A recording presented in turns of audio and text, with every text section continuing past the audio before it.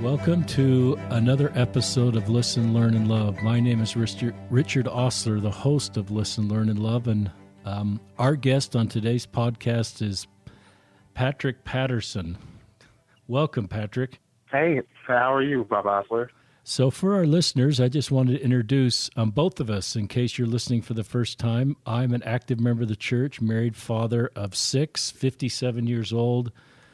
Live in Salt Lake City and felt impressed to talk about some of the more complicated topics in Mormonism in a faithful way. And our guest on today's podcast is Patrick Patterson. As I mentioned, Patrick is 28. He lives in Waycross, Georgia. Patrick is a convert to the church. He joined the church in August 1st of 2015. Patrick is black. Patrick is gay. Patrick came out as gay online in around April of 2017 with a post titled, "I Choose Christ."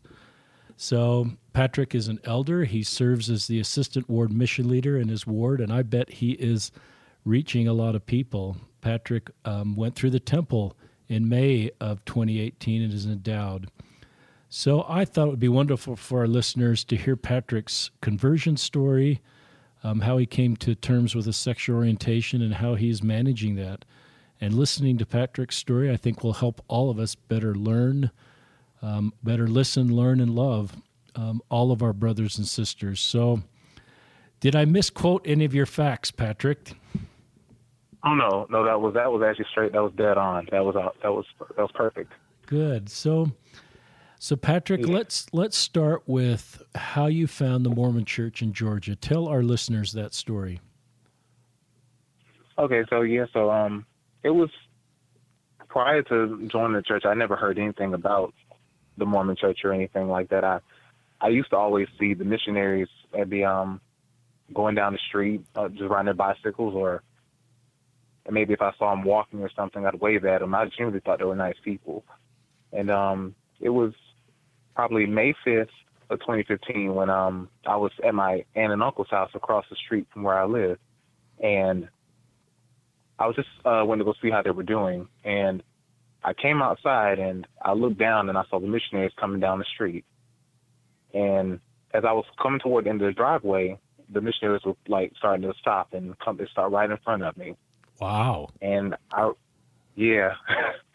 And I remember them asking me, like, they introduced themselves, and they're asking me just a bunch of questions, like, do you believe in God, and do you believe in Jesus Christ, do you believe he died for your sins? And I was like, yes. And then I remember one of the elders asking, like, why? And I was kind of just stumbled with the question. I don't know why I was, but I guess I just had no one really ask me why before. I just have always believed and known that to be true. And he was like, it's no problem. I'm used to asking hard questions. And I remember them proceeding to give me the Book of Mormon. And then the elder asked me, like, well, do you know what this is? I said, no, I've heard things about it, but I've never, read it or anything. So he went into detail about it. And I was still looking confused and didn't know what was going on. And he could tell that I was just looking lost. So he was like, he said, well, I'm sorry if I'm putting a lot on you. I said, no, it's no problem. It's okay. He said, well, is there another time we can get together and go in depth with the Book of Mormon? I said, sure. My house is right across the street here. And we exchanged numbers, and they went on their way, and they left me the copy of the Book of Mormon. I didn't think I would ever see him again. I get home, and I remember putting the book on my dresser, and I was sitting here I just looked up and I was like, God, what could be in this book that could change my life or be a better person? And I just remember always saying to myself, whatever you got going on, I'm going to put it in your hands. So the next week, they came by, and they came by that Tuesday, I think. Yeah, it was Tuesday. And we went in depth a little bit more, and I remember them sharing, the restoration with me and telling me about Joseph Smith, and it was weird because I felt like I'd heard it all before. It's just I had a weird feeling about it. It didn't sound new to me. It was interesting, but it also just felt like I heard it before. As they were discussing it, I was so amazed at the story that insight, just so caught up in what I was hearing, that when they left, I remember going inside and kind of like Googling Joseph Smith Uh-huh. to kind of just like read his story. And I was just like, wow. I read his story. I was like, wow, this actually happened. Like, I couldn't disbelieve what I was hearing. I just couldn't believe this, like, this man, stood for what he believed in and restored and did all this. I never heard this type of story before. And I just remember, like, after I read that, I just remember getting on my knees praying, asking God, like, God, is these things true? Are these things about, what I've read are true? The story about restoration, like, is this stuff true? And whatever you got going on, and I put it in your hands. That was like my second prayer. But it took 3 prayers to kind of like know that this was all true and to get a better understanding of it. Fast forward a few weeks, I've been back in school. They came over a couple of times, but I was kind of gone because I had school at the time, and I didn't have a lot of time to see them. And I remember them like telling me they were trying to invite me to church for volleyball, and I just thought to myself one day, because I told myself, man, I don't want to feel like I'm blowing these guys off for anything. They've been coming over, they've been teaching me, and they've been really nice. And I said, I want to keep my part up. So whatever I had going on that night, I kind of canceled it and went ahead and went on to the church. And it's crazy because the church where it's located here in town, I've been driving past it for the past 25 years and had no idea that's where the Mormons congregated. My dad was the one that dropped me off that night because I didn't have my car at the time. And he was like, yeah, this is this address.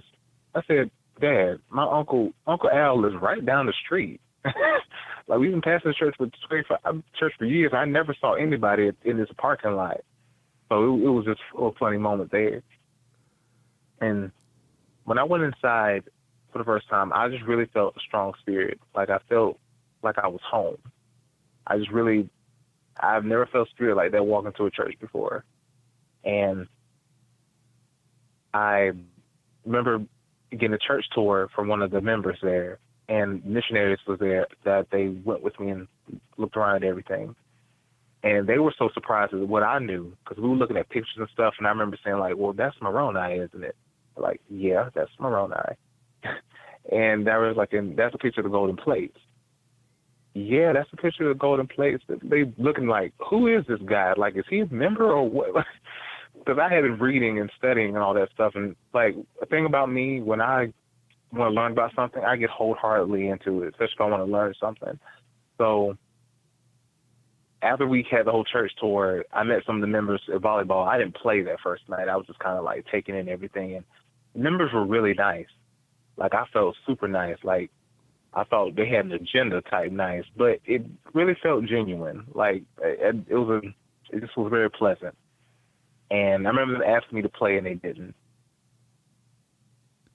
It was that night when I got home, after I just had so many good feelings. I had a good time. I enjoyed the members and everything. I got home that night, and I remember saying my prayers and reading the scripture out of Moroni 10. I remember reading that scripture because,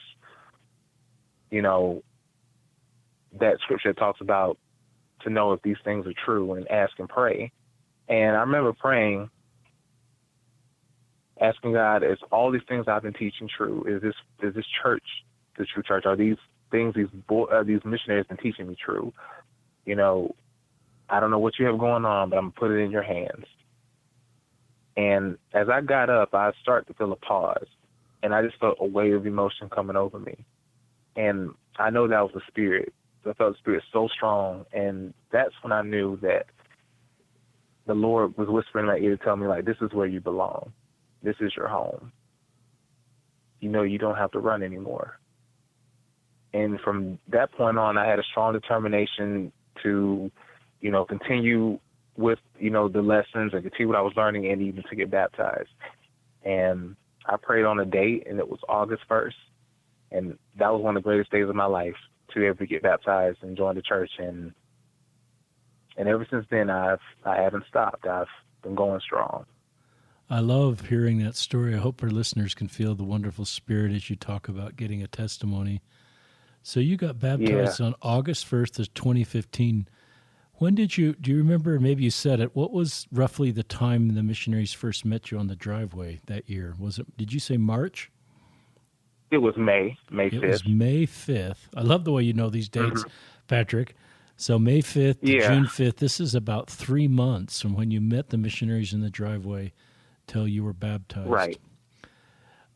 Tell our listeners kind of your favorite parts of our doctrine, like the plan of salvation or Christ's atonement or modern day prophets, the Book of Mormon, are the things that as you now as our missionary go and share with others that are kind of your favorite things to talk about? I think one of the greatest, I think, was like the plan of salvation. Just like, I guess it was the thing about eternal families, the fact that we could all be together. Because I've always felt that we could always be together forever. And through the years, I've always been told different things about what the next life and what next life will hold. And I think it was after my mom passed away that I have a strong feeling and desire to want to know. She passed away when I was 13 years old, and she was 50. But I had a strong desire to want to know, like, will we be together again? And even after, before I joined the church, I always just felt a strong connection to her, and just like knowing that we would always be together. So, and people would tell me over the years, they would say, like, when we're in heaven, we would just be like brothers and sisters. And that just never sat with me. I just never could accept the fact, like, why have these close connections here on earth only to be in heaven to only sound like they're torn apart? Like, I get it in the big sense that we are brothers and sisters, but like, as a family, like, that's my mother. Like, in the next life, I would love to see her as my mother.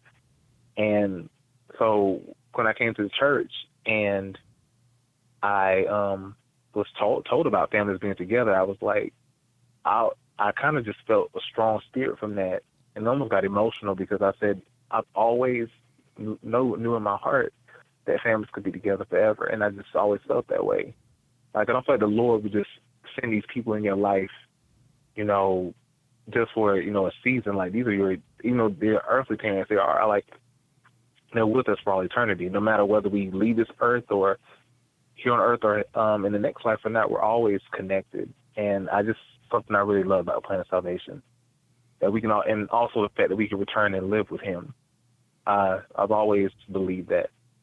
I think another interesting thing was baptisms.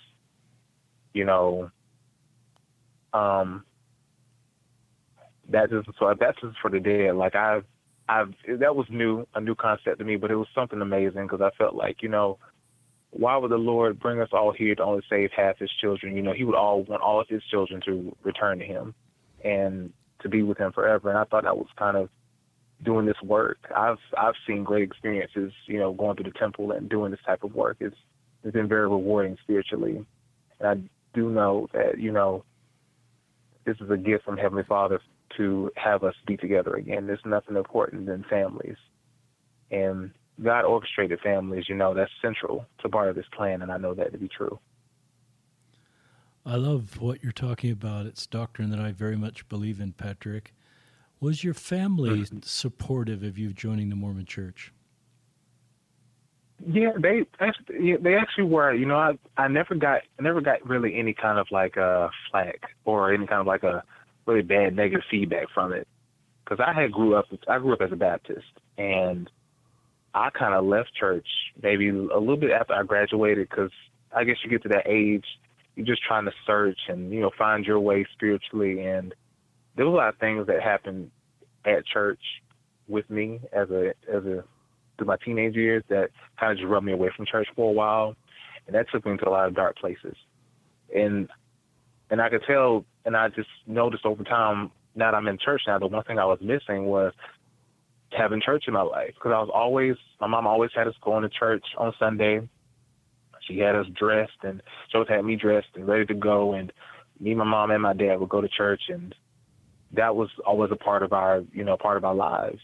And I noticed once I started coming back, did I notice that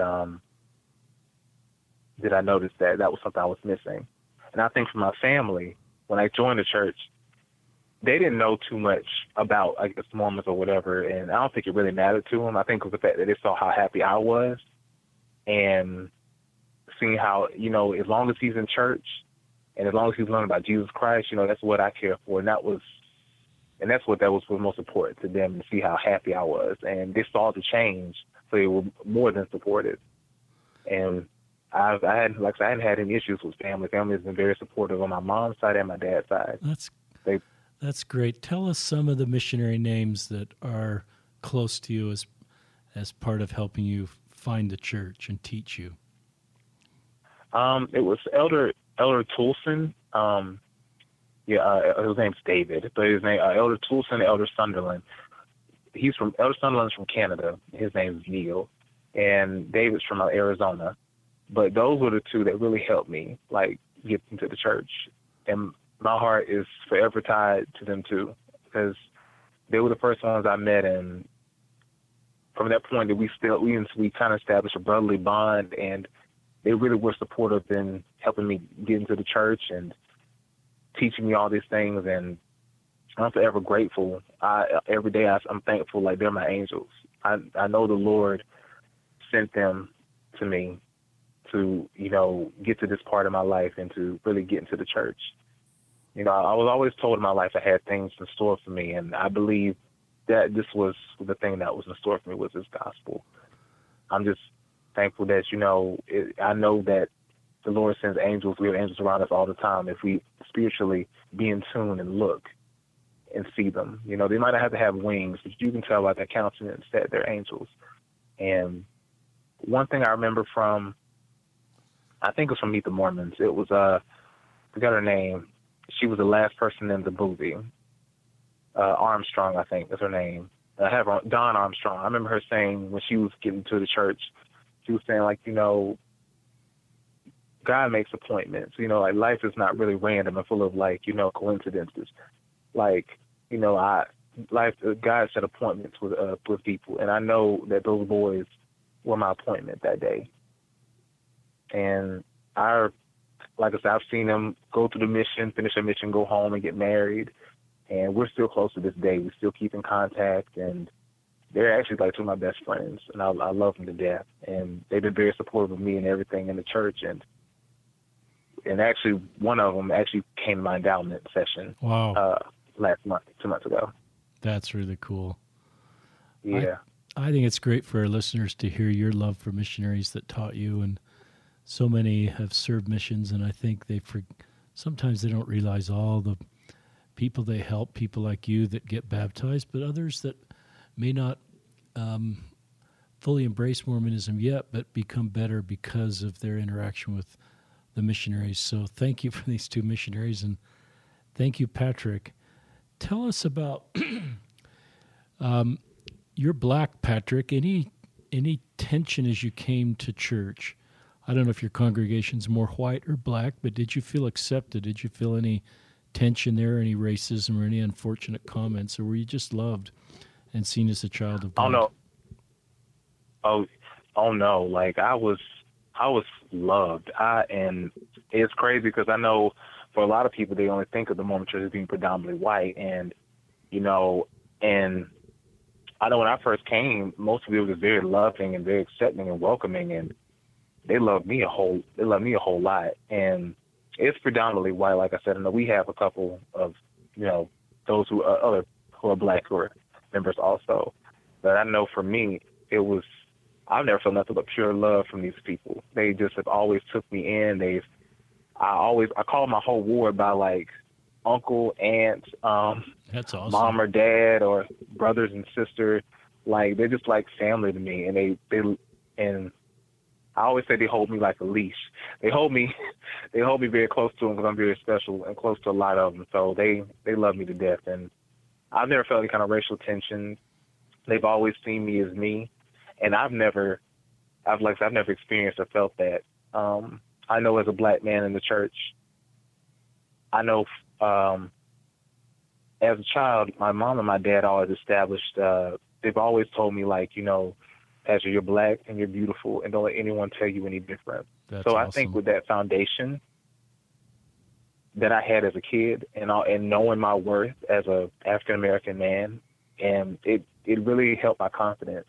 So I walk with my head up high when I walk in the church, and if anything was ever said I didn't know of, like I said, it didn't sway me because I know who I am, and I'm proud of who I am, proud of my heritage, I'm proud of my background. I'm proud to be black, and like my mom would always say, black is beautiful, and it's definitely true. It's the affirmation that I hold in my heart every day. I love that. I hope our listeners can feel that. That's awesome. And I love your parents. I realize your mom's gone, but your parents that gave you that foundation and saw you, help you see yourself as beautiful and wonderful and one of God's children and equal to everybody. And I'm glad that our congregation has been so loving. I wish all our listeners could see your Facebook pictures. You can find Patrick at Patrick Patterson on Facebook, but as I've been scrolling during this podcast, there's just picture after picture of Patrick, and you are happy. You're full of light and goodness, and so many of these pictures are in front of the temple. Tell us about how you feel about the temple. Oh my gosh, oh man, I love the temple. I really love the temple. I've never known. I've heard about temples, but just to actually for us in our church and part of our faith, actively going to the temple a lot, and the biggest blessing is just going and feeling that peace and that the pure love of Christ. It was something that dawned upon me while I was there. The last time I was there I went a couple of weeks back just to go back to the temple, and I just noticed how I said, when you're in the temple, you feel the Spirit 10 times amplified. There's no way for anything negative or anything bad or impure thought to really penetrate that spirit that's covered over you in the temple. While as you're in the real world, you're a member, and you have to maintain that spirit day by day. You have to do things like read scriptures and pray, stuff like that, just to maintain and keep that spirit going, because this world is so crazy, so many things go on. But in the temple, it's like the one way you can just release and just be free amongst the Spirit. You can just be one with the Spirit almost, and feel God's love times 10, to know how much He loves you. And I love the temple so much. I know it's the one place in the world where you can hear His voice and feel His Spirit. And I know He walks those halls. Definitely, I know that to be true. I've definitely experienced that. Yeah, I love the temple too. I love those covenants and the feelings, and it's sometimes even more helpful for me to hear it from a new member, because you have the perspective of not being in the temple your whole life, and you're experiencing that for the first time. And I just loved all these pictures on your Facebook feed, Patrick, of you in front of the temple with a huge smile. Often it's with a buddy or two or a group, or sometimes it's solo. Yeah. So at this point, you're not out as gay. This is like 2015, 2016. And then, as I mentioned in the introductory to the podcast, on April 3rd, 2017, you felt impressed, as many people do, to come out online. I think everybody needs to feel permission to come out as they want to come out, or not to come out. And some people do it kind of offline individually. And I think one of the things I've learned is to honor everybody and how they feel is best, and not sort of say, well, you ought to do it this way, or you ought to do it that way. So I assume you spent a lot of time in thought and prayer and said, okay, and so I love and I scrolled down your Facebook and got to it. April 3rd, 2016, Patrick Patterson is feeling relaxed, and you've got a relaxed emoji. And then the title of this post is, I Choose Christ. So tell us a little bit about this coming out post.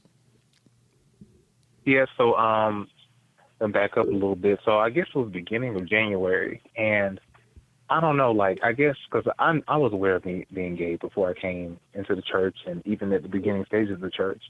But it really wasn't I guess it wasn't my big factor, and I wasn't really too concerned or worried about my sexuality at that point, because I always felt I said, well, God, the Lord will work that out as I move along. And I've pretty much known at this point anyway, is going on to my adult life. So, I was kind of just, taking a day at a time.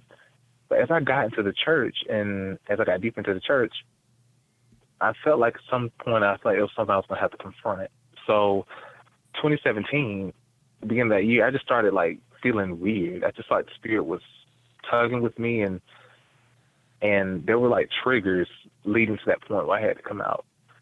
For one, I started feeling like a wave of like suicidal thoughts that I've never had before. I've just never ever had those before. So I'm pretty much a very happy-go-lucky, outgoing person. And I'm like, why is this happening? Why am I having these thoughts? That's weird. And I remember at this time I'm going to school currently. I'm it's a medical program in my school. And I remember I was in psychology, and my teacher was like, she kept always saying, to thine self be true. To thine self be true. And it always kept like hit me like it hit me right in the spirit. I'm like, what? Why does she keep saying that? I almost thought she was kind of like, are you personally trying to pull me out? Like, what are you trying to do? Like, why am I feeling weird every time she says that? And I think the third and final, like, that was another trigger that was one. And the last trigger was, it was Zone P Day with some missionaries. And I just been feeling weird this day. I was spending time with the missionaries on that Zone P Day, and I just really felt weird. I think it was something that was said from one of the other elders. They didn't say anything mean or wrong to me. They never have. I don't know, I was just bothered with something that they said, and I was sitting here like, you know what? I think they're talking about like marriage and or just like other things, like I guess with dating and stuff like that, and it just hit me, and I was like, you know what? I'm just gonna like go home. And they was asking like, Ted, are you okay? Is everything all right? I said, no, everything's fine. I'm just not feeling really good today. So I went home, and I just bawled in my car when I got to the gate of my house. I was bawling like, God, what do you want me to do? What do you want me to do? Because I'm afraid. And I just honestly told like, I'm afraid. I'm afraid if I tell this that I'm gonna lose everything I have. Like, I've come so far. I've been blessed with all the things I've prayed on for years, and I see them being answered. I do not want to lose this. Like, all this love and family and friends, these are things I wanted, things I needed for my life, and I thought I was going to lose it over this one thing. But the Spirit kept telling me, tell the truth. Just tell the truth. Just tell the truth. And I kind of went in the house, and I was kind of like, and I've had these kind of moments before, and I was kind of like, well, maybe I could just let it wait subside a little bit and maybe just keep on moving on and keep going on with my, doing what I need to do, and it'll work itself out. But not this day. This day was like, it was either now or never. Wow. So, and I wrote my, he's a first counselor. He's like my best friend. He's the one that baptized me. He confirmed me the Aaronic and the Celtic priesthood. His name's Marcus. I had messaged him first. I sent him a message, and I told him, I said, hey, man, there's something I got to tell you. And I've been just telling him what was going on with me for the past couple of months, because I also dealt with, I was dealing with, medical, a health problem and stuff. Like, my blood pressure was high and ridiculously high and stuff. So I was going through a lot those first couple of months. And I also told him that I was gay. And I said, I understand if you don't want to be friends anymore. I just wanted to let you know because you're my brother and I love you. Wow. And maybe a few minutes later, he wrote back, and it was just, it shocked me. It was just like, brother, it's like, oh my gosh, like, I had no idea. Like, no, I love you. I love you so much. No, I love you. Like, nothing's going to change between us. You are my brother. I love you. And I'm here for you. I'm here to support you no matter what. And he was just sending me, scriptures and talks and stuff. And, I'm proud of you to even make that, that courageous step like that. And after that, I felt good. That felt so relieving that it got to the point I said, well, I didn't want to tell a couple of people and then kind of just keep my mouth shut, or tell a couple people here and don't tell anybody else. I said, no, this is my family. These are my friends. They deserve to know. And if they are my family and my friends, then they'll hear me out. So the best way I felt like to get everybody was make that post. And I choose Christ because I've come to learn over time that, even though as a gay man, I know that the Lord loves us, and I know the Lord loved me, because I always look back in my life and says, we as gay people, or people who experience being gay in this world, we're always kind of told that God doesn't love us, and I felt like that can't be true, because through the things that I've been through, the things I've experienced, I know He's blessed me. He sent angels, so I know that He's been watching over me, and He does love me. And that gave me that confidence, that understanding to know that I do choose Christ. Because as much as He died for everyone else, He did die for me too. And that was my title, and I just told everybody, this is what I've been dealing with, and this is who I am. And after I wrote everything, and I told him, I said, I'm choosing to respond to this with love. And I hit post, and just an immediate relief came over me. I felt completely relaxed. It's like Spirit was telling me, see, there, was that so bad? And maybe in the next 5 or 10 minutes, I got a phone call from one of the missionaries that served here. He called me. He was like, they always call me Patty. That's my little nickname. They were like, Patty, Pat, I just read your post. Like, I am so proud of you. Like, I love you. I had no idea, man. Like, you're my brother. You're my friend. Nothing's gonna change. Like, I'm here for you no matter what happens. And it was so comforting to hear that. And we talked about that real quick, and then he just told me about his day, and we went on we just talked about everything else, what was going on, like it was nothing ever happened.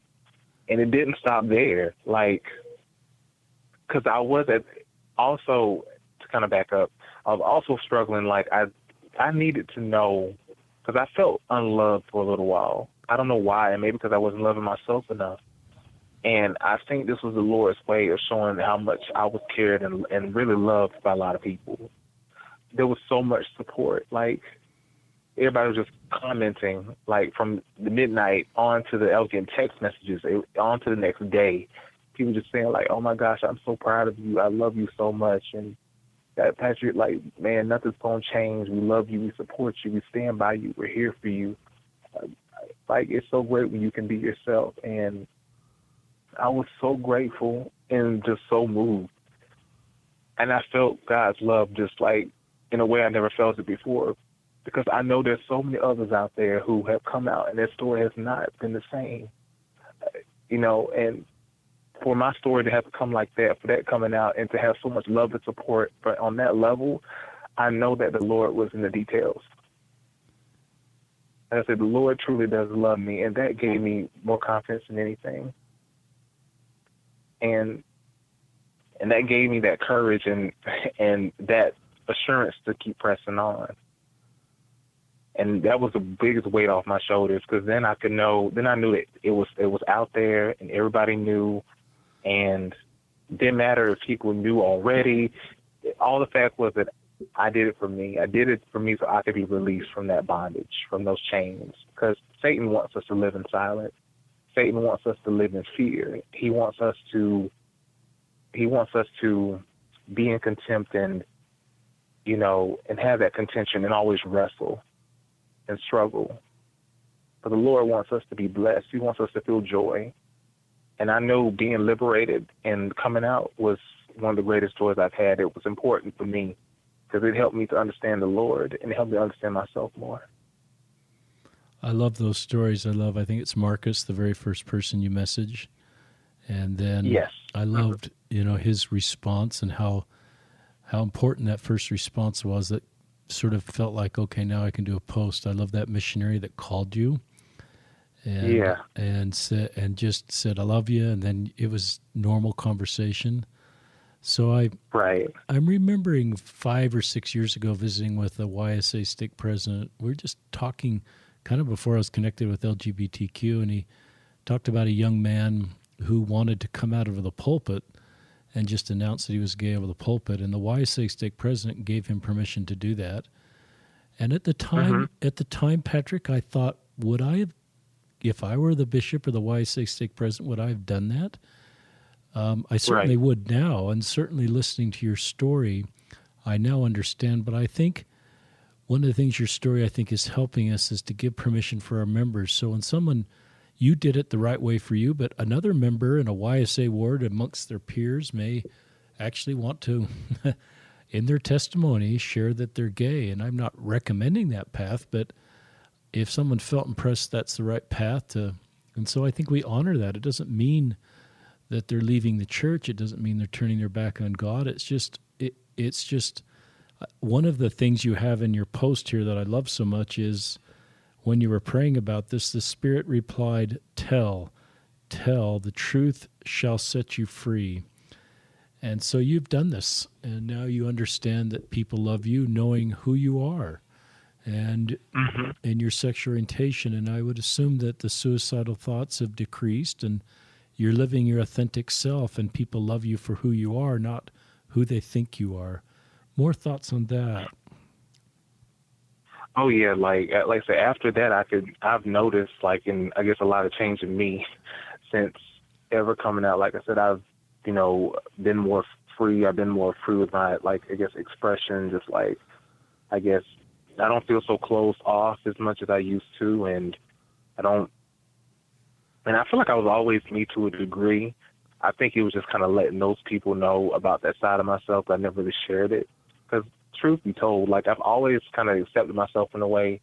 A long time ago, I made peace with it, because there were times as a child growing up that I would be like, I was aware of me being different. And I know sometimes I would pray to God, like, would you remove this bitter cup from me because I can't deal with it.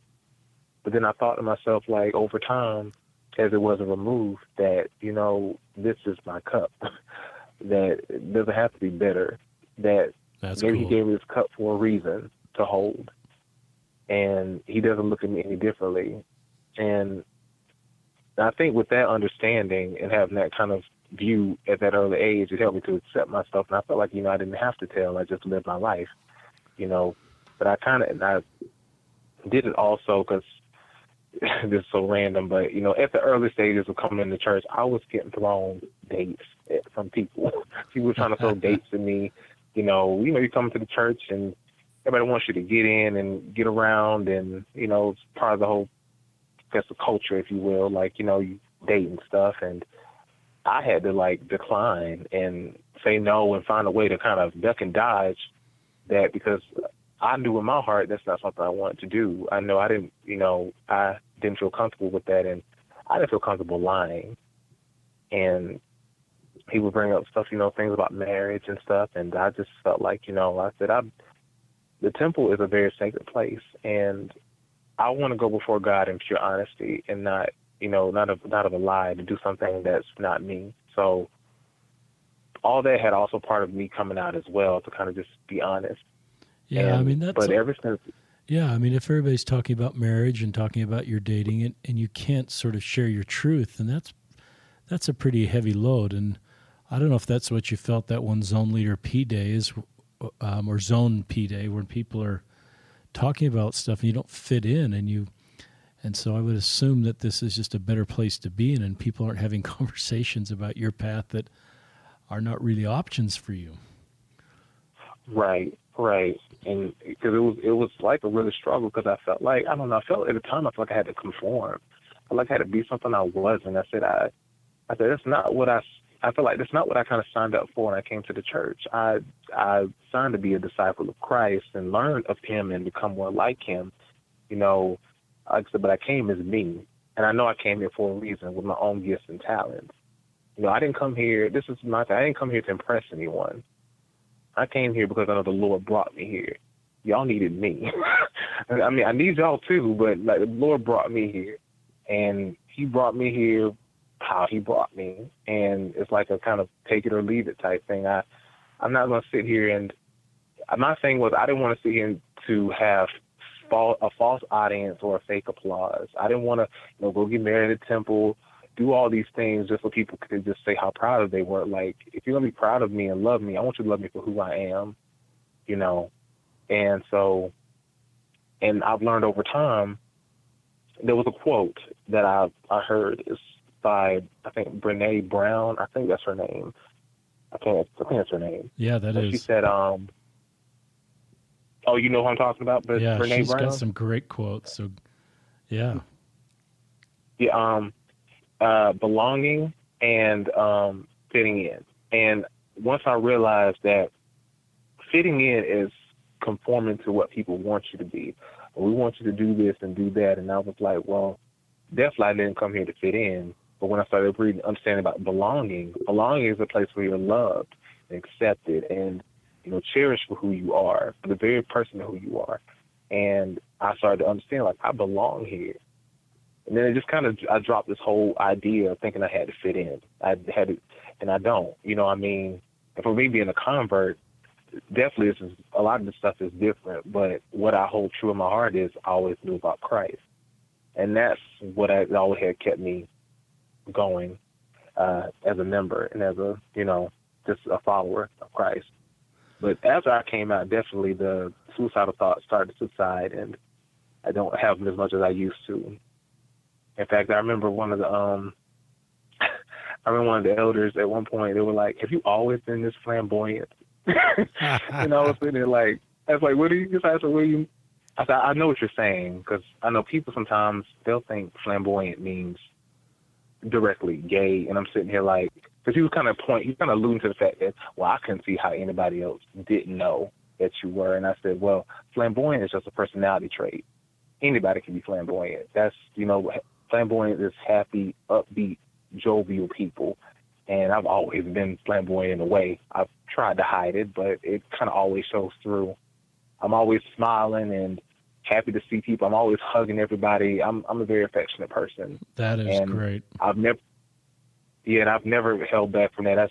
If you ever meet me, like, you get a whole bunch of hugs. I hug all day. That's just the type of person I am. Because I genuinely love people.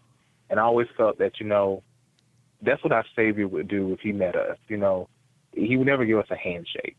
I mean, he probably would handshake, but, that embrace from our Savior is going to mean so much more. It's like, well, why not?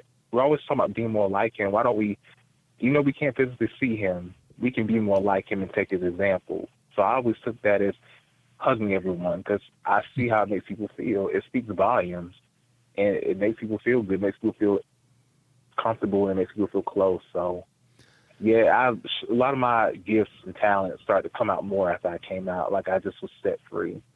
I love that. I feel like I could really like worship the Lord more and really understand Him better. Understand like how He made me and how He created me and who He wanted me to be here and like the work He wanted me to do. So, yeah. You're doing a great job in this podcast, and you're really helping our listeners. It's always tender for me to read a coming out post like you did in April, and then read the comments. First of all, I love this. You also included this this graphic, and I'll read that for our listeners. At the end of your coming out post says, "Keep your head up. God gives His hardest battles to His strongest soldiers." And then just reading these comments here. One of my favorite ones is from David Toulson. Is that the missionary that actually found you? Is that who you're referring to? Yes, that's David, yes. So here's David, and he says, "Love you, Patrick, with a big heart. I will always," and in capital letters he says always, "be there for you when you need someone to talk to." And you have lots of people cheering you on, me especially, with about 5. And there's something about that response from David Toulson. If you hear this podcast, David, that is just awesome. There's sort of just unconditional love in there. It's not a reminder for you to keep the commandments. You know the commandments, and I think your coming out post, most of people that I read don't necessarily need to be reminders to keep the commandments and reminders of the right path. I think you know that, but that's maybe one of the reasons I love David's post, because he kind of knows he doesn't have to remind you.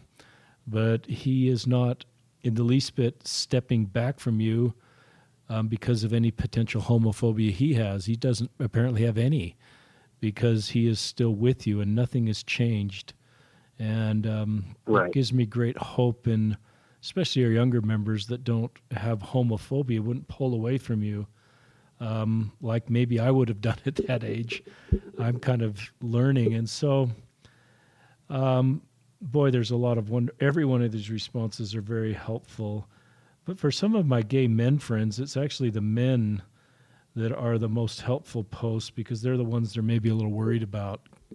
The women sometimes do a little better, but sometimes the men pull back a little bit. But it doesn't seem like either pulled back, and everybody loves you. It's interesting. I read just yesterday that part of Brene Brown's Braving the Wilderness is where I read it. It's toward the end of her book, and I actually tweeted it out yesterday. It's the difference between fitting in and belonging, and you did such a great way of articulating that. But fitting in is sort of like if fitting in it requires you to be a square peg, then you become a square peg to fit in. But that Right. can be emotionally just traumatizing to be who you're not. But belonging is letting you be Patrick and be your authentic self the way God created you. You are not a mistake. Who you are is, you're a child of God, a beloved child of God who loves you just the way you are. So belonging Right. means you can bring who you are to society and to our church, and we love you for who you are. And you belong because Right. we accept you for who you are, and you're feeling that and sharing that. And I think it's helpful for our listeners. So I don't know if you're a square peg or a round peg or something in between, Patrick, but I think the point is we love you just the way you are, and you belong with your square peg, your round peg, or octagon peg. You fit in our Mormon community, in our society, and we're not trying to make you different than who you are. And then we belong and we have community, and it sounds like part of your love of the church is not only the doctrine you shared, like the plan of salvation and temple covenants and baptisms of the dead, but it's a sense of belonging you feel in your congregation. And I sense that you lift other people. And as an assistant ward mission leader, I'm sure you're teaching and inviting others, and they feel your love for them. And you're a magnet probably for people that know that, they're loved. And Patrick Patterson is there to welcome them and love them. And I assume you've had some wonderful missionary experiences, Patrick, since you joined. Oh my God. Oh my gosh, I have, like, in so many ways. I've currently I don't want to keep a number of this, but since I've joined the church, I've met probably 200 something missionaries, and they're just like my little brothers. Like, anything I can do for them to help them with the work, or just to be there for them, to support them, because they need that. That's what fuels them. That love and that support, it fuels them. When you have a good ward that is really behind the missionaries, I'm telling you, it'll make them do the work so much more, to have that love and support behind them, because it ain't easy. I know we as members, we should be active just as much, going out knocking on doors and stuff like that, and we do. But they're out there 24/7. Like, I call them the grinders of the church. They're out there doing a lot of the stuff, that we probably used to do when we were their age, and whoever served the mission. So it's like they really need our love and support, and I love them. They have brought a lot of joy to my life, and they make me laugh, and they've been very accepting of me. That was the other hardest part too, because I served around so many missionaries, and I never told any of them I was gay. So the next thing I did after I came out was I sent all of them. I had a lot of them, like, messages, like emails and stuff. So I emailed them. I just highlighted that post, and I sent some of them that message. And I've been praying to God, like, man, I don't know how this is going to go. Because, like, it's one thing, okay, my congregation, the ward and everything, and my family, who's not even members, they love and accept me. I said, how this is going to work out? Because I served around a lot of these boys and spent a lot of time with them. So it was Monday. I was working at the library at my school, and I remember, like, just checking my email when I got into work. And I probably could have just, like, my heart could have burst to tears, just, like, with just joy. Like, I probably could have just bawled there again, because the responses were just met with love again. Like, some were saying, like, oh my gosh, Patrick, I love you. Like, you're so brave. Man, you have more strength than I have, courage than I ever will. And one of them is Elder Flake. Well, his name's Dallin. But he was like, a lot of people have a hard time with, them being gay and loving God just because, what we're taught, a lot of us, what we learn as children growing up in a religious setting. They said, but you just have that maturity and that knowledge about yourself that you just know that God loves you. You just know that he loves you. And I admire you for that so much. And I'm always here for you and I love you. And I think the world of you. And I remember one of my other missionaries I love so much. I still keep in contact with him this day. He's home, but we talk a lot. His name's Sam Faber, and he's the best. He lives in Utah, and he was like, I remember him having a little rap first in the email. And then he was like, Patrick, how in the world will you think? He's like, how dare you think we will stop loving you because of that? He was like, you always will be the Patrick in our lives that we love so much. Like, this is the gospel of Jesus Christ, and it's all about love, and we love you. Like, nothing's going to change. I just love the support you get and how much better we're doing supporting our gay members. How do you handle the future? I talk to a lot of gay members or lesbian members that, the need to be celibate and to be consistent with our doctrine and to keep your temple recommend and stay in full fellowship is, a lot of members can kind of say, well, I don't know how to handle that for the next 70 or 50 years. I'm just going to kind of take a year at a time or 3 months of a time because the totality of that kind of scares me of being alone potentially. But some kind of are okay and just say, this is my path and I'm okay. How do you handle that, Patrick? I've wrestled. I've never really, I guess I told him one day, but I have wrestled with that a lot in my head. Like I've had my questions and things, and I've thought about it and everything. And like I said, I've lived my life like a month for years. I've always I've never really. I guess the Lord has really blessed me in that area. I hadn't had any kind of issues or anything as far as being celibate. My mom always taught me, no sex for marriage, and I've always been smart enough to kind of navigate away from that type of stuff. Like I knew for me with that type of situation, I'd rather had to be with someone, if the situation was reversed or it was different, I'd rather be with someone special. And I understand that sex is it's another step and it's a very spiritual and sacred thing that I've always looked at it. And I know a lot of people in this life have different paths to follow. And I know for me, this is my path, and I never really think about it that much. And I think because I'm filled with so much joy in my life because I love myself, and I know I'm not the only one on earth who, even not a member, who is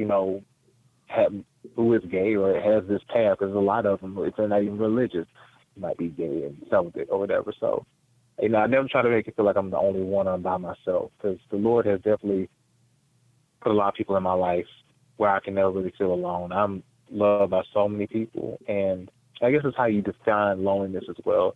Because I know his man shouldn't be alone, but I don't think no one's really, and that's different for everybody. I can't speak for everyone, but I know for me, I have a huge network around me of people that I never really felt alone. And I grew up as an only child. I didn't. My brothers are already grown and out the house when I was born. So to myself, I had a really wild imagination. So I kind of just was creative, and I would come up with storylines by myself and act out stuff. I was a big Power Rangers fan. I'd go outside and pretend I was fighting against bad guys and stuff by myself. So I've always just been a happy-go-lucky person. I've always had a good understanding with the Lord that people's paths are different, and this is my path, and who knows what the next 10 years will bring, but I just know he's brought me this far, and I just choose to continue to follow him. And I know that's not easy, for everyone, and I know everybody's paths are different, but I know this is the path he has me on right now, and that's where he has me for a reason. So I just take it at a day at a time and take it where it's at, and just continue to follow him, and everything works out how it's supposed to either way. But I usually respond to this in a positive, optimistic way. I've got two final questions for you, Patrick. What advice, I'll Okay. just give them to you separately. What advice or thoughts do you have for other LGBTQ people listening to this podcast? Oh man, I would say like with coming out, like with coming out, like I said, it's not a race. It's definitely in your own time when you feel ready, when you feel like the time is right to tell, to tell your story and share your truth. You'll do it, and I know that's especially with coming out, like it's in everyone's time because nobody should be forced to, no one should be made to. It's a personal thing that in one's own time they should, come to terms with. Especially the biggest thing is coming out to yourself, to be aware of who you are and your attractions and what you know as a person about yourself before you come out to everyone else. Because once you know thyself, you know how to do better with other people. So it's good to, like I said, in your own time with coming out. And I know every story is different. I know there's a lot of people out there who are ignorant and don't really necessarily understand. And it takes a lot of patience and understanding on that. But I know that grace and knowing yourself and knowing who you are. That's the one thing no one can take away from you. And I know once you know that, it can take you far. And to know that anyone here who's listening that is gay, lesbian, whatever, to know that you are loved. Not only by so many other people who are gay and lesbian in church and so many people who may not even be members, but by Heavenly Father, He does love you. He created all of us. With that same love that He has, that same unconditional, He loved us enough. And He has us down here with different purposes or different, but it's all part of His plan. It's all part of His plan, to build His kingdom. And I know we all play a part in that. And I just want everyone to know here that, that I love you too. And I'm here if you need someone, a friend, or someone to talk to. That's great, Patrick. Tell if there's people that are investigators considering the church, what message would you have for them?